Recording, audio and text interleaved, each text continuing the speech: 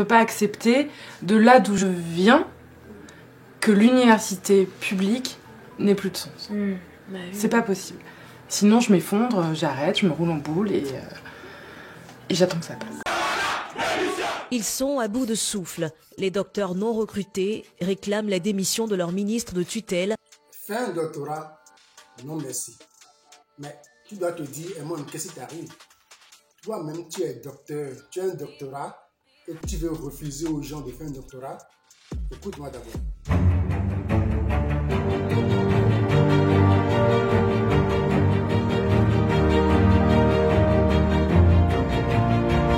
Bonjour et bienvenue à toi.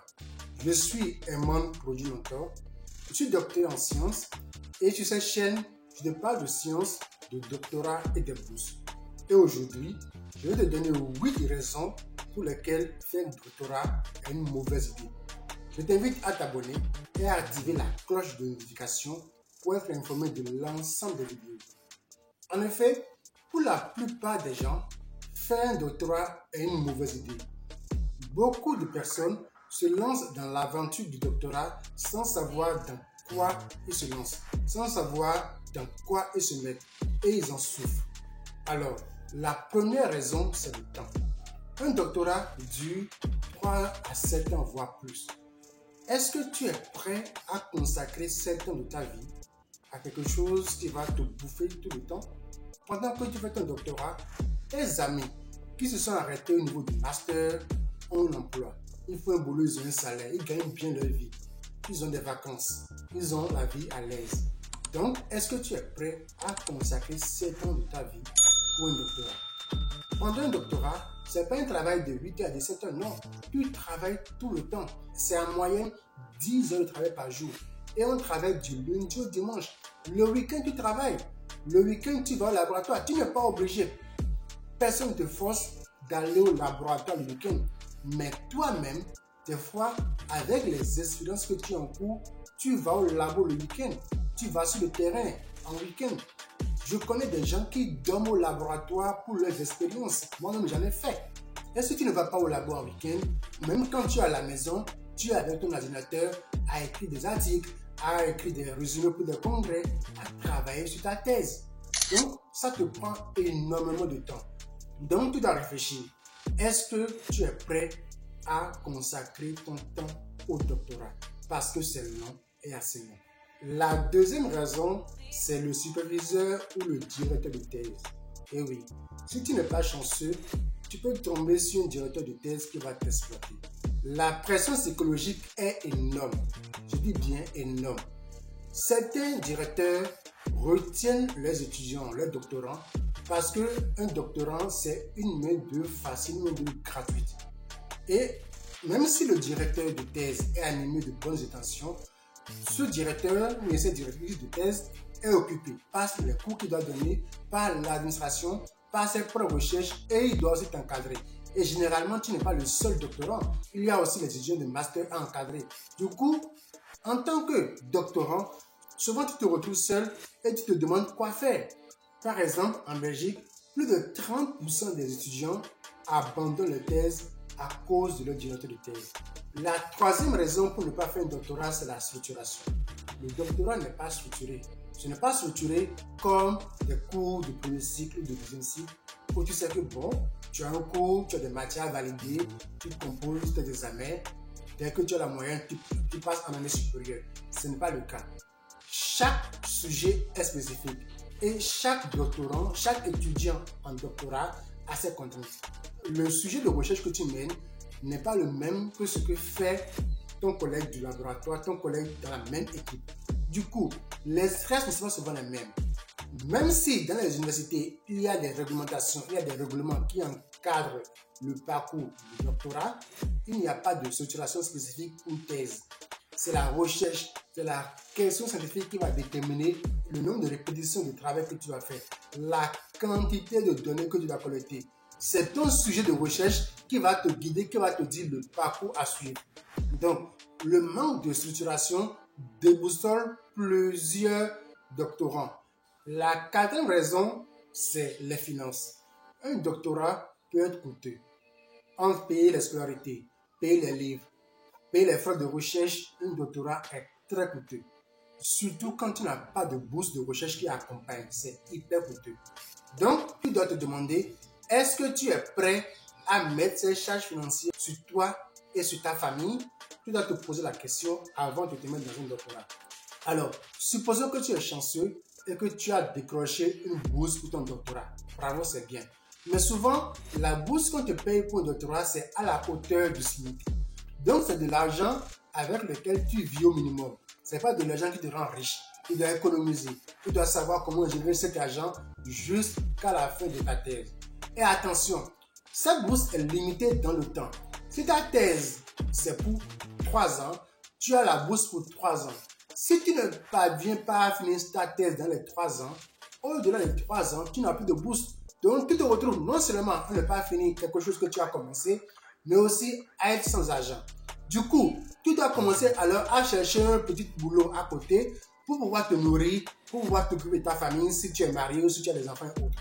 Donc, tu as à la fois la pression de la thèse à finir pour ne pas avoir un sentiment d'abandon, pour ne pas paraître comme quelqu'un qui a échoué. Et dans le même temps, tu as le dilemme, tu as le stress de trouver de l'argent pour te nourrir, toi et ta famille. Donc, réfléchis bien de savoir, est-ce que tu es prêt à subir cette pression financière? La 5e raison pour ne pas faire un doctorat, c'est la spécialisation. En doctorat, tu vas passer ces 3 à 5 ans à être spécifique sur un sujet, à devenir expert sur un sujet pointu. De plus, tu deviens surqualifié pour des emplois qui pourraient t'intéresser. Du coup, certaines entreprises pourraient avoir du mal à te recruter parce qu'ils trouvent que tu es surqualifié puisque tu as passé 3 à 5 ans dans le monde académique, tu n'as pas assez d'expérience dans le monde professionnel. Du coup, les entreprises trouvent que tu es surqualifié, mais elles trouvent aussi que tu es sous-expérimenté. Du coup, elles ont aussi un peu de mal à te recruter. La 6e raison pour laquelle tu ne dois pas faire un doctorat, c'est qu'avec un doctorat, tu es plus susceptible de souffrir d'anxiété et de dépression. Et oui, plus de 36% des étudiants en doctorat souffrent d'anxiété et de dépression.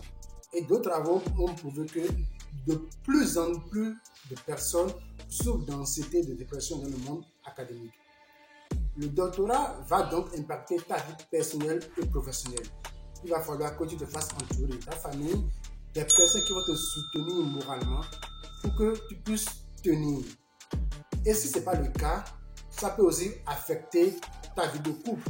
Ton partenaire pourrait ne pas te comprendre puisque tu seras souvent seul, tu vas vivre dans la solitude, tu vas vivre dans l'isolement et tes proches ne vont pas souvent comprendre le sujet que tu poursuis.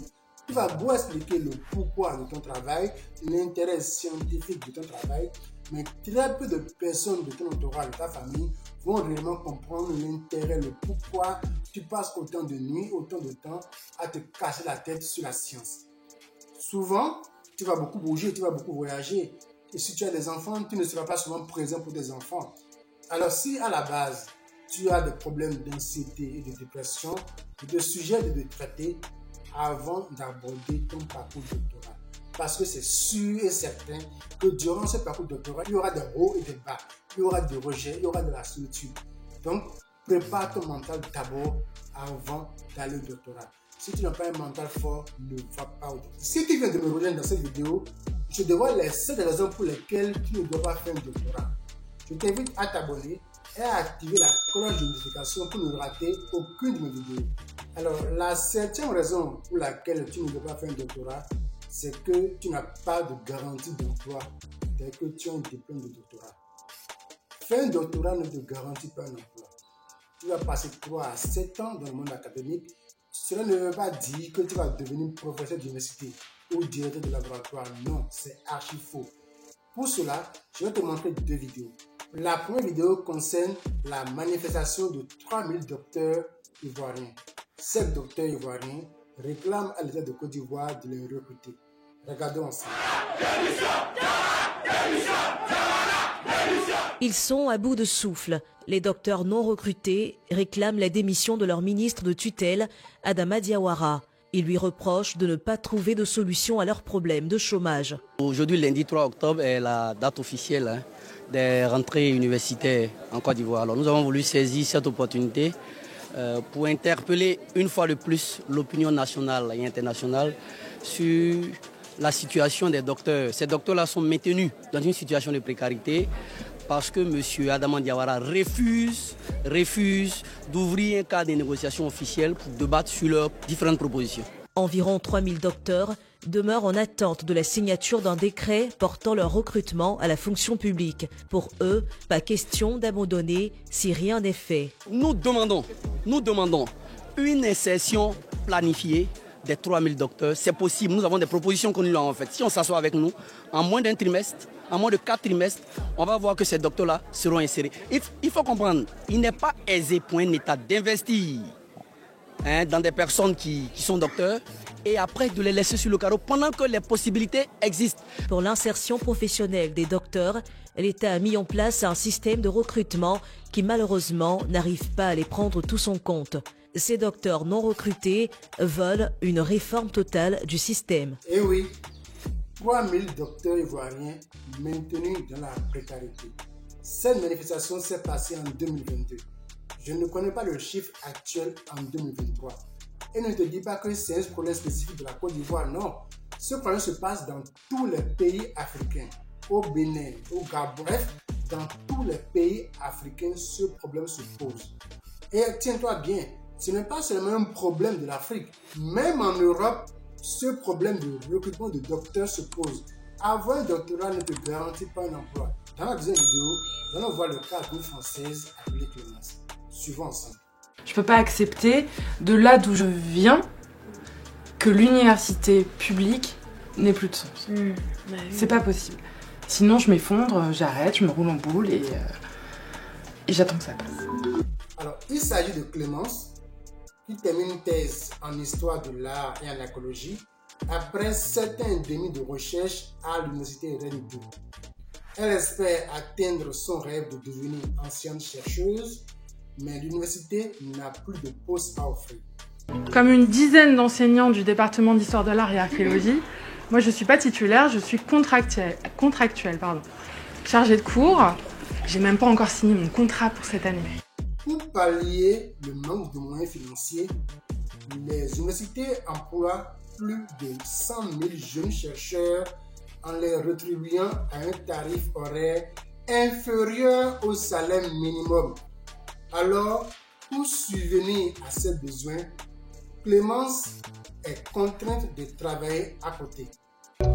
Ça fait 1 an que je suis en contrat dans un musée en tant qu'agent d'accueil de surveillance et j'ai eu beaucoup de mal à trouver ce travail, beaucoup de mal. Ah ouais. Et je me suis mis une pression de malade quand j'ai décroché l'entretien parce qu'à la fac je suis pas payée en fait. Tandis que sur les 10 dernières années, le nombre d'étudiants dans l'enseignement supérieur français a explosé. La situation s'est aussi tendue pour les anciens chercheurs en poste. Si on reprend les finances de notre laboratoire, si on regarde le nombre de chercheurs et si on regarde notre budget, on a entre 35 et 38 euros par personne à l'année. Sauf que la moitié du temps dit de recherche, et encore la moitié c'est souvent plus, c'est recherche de contrat et de financement. C'est pas de la recherche fondamentale, c'est pas ce qui va faire avancer les questions qui nous préoccupent et qui préoccupent a priori toute la société. Ça c'est de l'argent gâché et du temps perdu. C'est un tellement bel outil la fac. Tu vois, c'est un tellement bel outil et tu vois ce truc là de gens épuisés, fatigués. Pour Clémence, pas question de jeter l'éponge alors que se profile sa soutenante de thèse. Son parcours semé d'embûches a laissé des traces. Il faut vraiment que ce soit difficile jusqu'au bout, qu'on soit méritant jusqu'au bout, pour espérer peut-être qu'on nous dise qu'on est légitime d'avoir fait ce qu'on a fait, quoi. Et là, mais non, mais c'est pas possible, quoi. Donc, le 29 avril 2022, Clémence obtient le grade de docteur. Une victoire loin de lui garantir un poste à l'université. Je te le cache pas, moi je pense au secondaire. Hein. J'y pense fort parce que l'enseignement ces dernières années, c'est devenu quelque chose d'extrêmement important pour moi. Qu'elle pense au secondaire, c'est vrai. Je connais beaucoup de docteurs, aussi bien en Afrique qu'en Europe et ailleurs, qui enseignent au secondaire. Ils ont fait tout leur parcours jusqu'au doctorat. Ils ont le grade de docteur, mais puisqu'ils n'ont pas de poste à l'université, puisqu'ils n'ont pas le choix, ils sont retournés au secondaire pour enseigner. Et quand ils retournent au secondaire, ils ne sont pas reconnus comme docteurs, non. On les prend avec le diplôme de master. Mais là encore, un diplôme de master sans ancienneté. Ça veut dire quoi? Les personnes qui ont commencé à enseigner au secondaire avec le diplôme de master 5 ans plus tôt ou 7 ans plus tôt, ces personnes qui n'ont pas fait le parcours de doctorat deviennent leurs supérieurs. Donc, ils ont fait un parcours doctoral pour rien. Ils deviennent inférieurs à ces personnes, ils doivent encore apprendre à zéro. Voilà. Donc, beaucoup de docteurs, j'en connais plein, qui finissent enseignant au secondaire. Comme toute attente, au début de la rentrée 2023, Clémence a appris qu'un poste se libère dans son université. Il s'agit d'un contrat à durée déterminée d'1 an, payé l'équivalent d'un SMIC. Donc, avec son doctorat, elle est payée à l'équivalent d'un SMIC. Et ce que j'espère, moi c'est ça un peu l'inquiétude que j'ai, si tu veux, avec les docteurs d'aujourd'hui, c'est qu'ils soient déjà écœurés en fait. Il y a énormément de ça et en même temps il y a ce constat que si on renonce tous, bah, ce sera quoi notre université de demain, quoi. Eh oui, et c'est sur ces belles paroles de Clémence que je vais dire, il faut que tu réfléchis avant de te lancer dans le parcours doctoral. Tout le monde n'est pas fait pour devenir docteur. Certains le feront, d'autres ne le feront pas. Mais tu dois prendre ta décision toi-même. La 8e raison pour laquelle tu ne dois pas faire le doctorat, c'est l'ego. Je connais beaucoup de gens qui ont décidé de faire le doctorat juste parce qu'ils veulent porter le titre de docteur. Juste pour les beaux yeux de leur famille, de leurs partenaires, de leurs enfants, de je ne sais quoi. Le doctorat, c'est assez challengeant. Donc, commencer une thèse pour faire plaisir à Institut Grec, ça peut peut-être motiver certaines personnes. Mais je doute fort que c'est une motivation assez suffisante pour tenir sur au moins 5 ans. Donc, réfléchis. Tout le monde ne peut pas devenir docteur. Cette vidéo n'est pas faite pour te décourager. Cette vidéo est faite pour te montrer l'envers du décor. J'ai choisi de faire cette vidéo pour éclairer plusieurs personnes qui se lancent dans le doctorat pour de mauvaises raisons. Ils ne savent pas pourquoi ils se lancent, ils n'ont aucune idée des challenges qui les attendent. D'accord? Donc, cette vidéo n'est pas faite pour te décourager. Dans ma chaîne, va voir, il y a une autre vidéo qui te donne les raisons de pourquoi tu dois faire un doctorat. Nos pays ont besoin de chercheurs. Nous avons besoin de la recherche pour développer. C'est la recherche qui va développer l'industrie. C'est la recherche qui résout les problèmes de maladie. C'est la recherche qui va booster l'économie. Nous avons besoin de chercheurs. Mais tout le monde ne peut pas devenir docteur. Donc, regarde cette vidéo qui te dit pourquoi tu dois devenir docteur, mais prends aussi en compte le pourquoi tu ne dois pas faire un doctorat. Et tu prendras ta décision pour toi-même. En résumé, pourquoi tu ne dois pas faire un doctorat? La première raison, c'est le temps. L'autre raison, c'est l'emploi n'est pas garanti. Les finances, l'ego, la spécialisation, l'ancienneté et la solitude. Alors, chers amis, voilà en résumé les raisons pour lesquelles tu ne dois pas faire un doctorat. Réfléchis à ces raisons. Et si vraiment tu as envie de faire un doctorat, je te laisse une vidéo qui t'explique le pourquoi tu dois faire un doctorat. Et si tu hésites, je te laisse un lien en commentaire pour que tu réserves un coaching avec Zip. Je te propose un coaching gratuit de 30 minutes durant lequel nous allons discuter des raisons qui te motivent pour choisir le parcours doctoral. N'hésite pas à réserver ta place. Au plaisir de te servir et à bientôt. Ciao.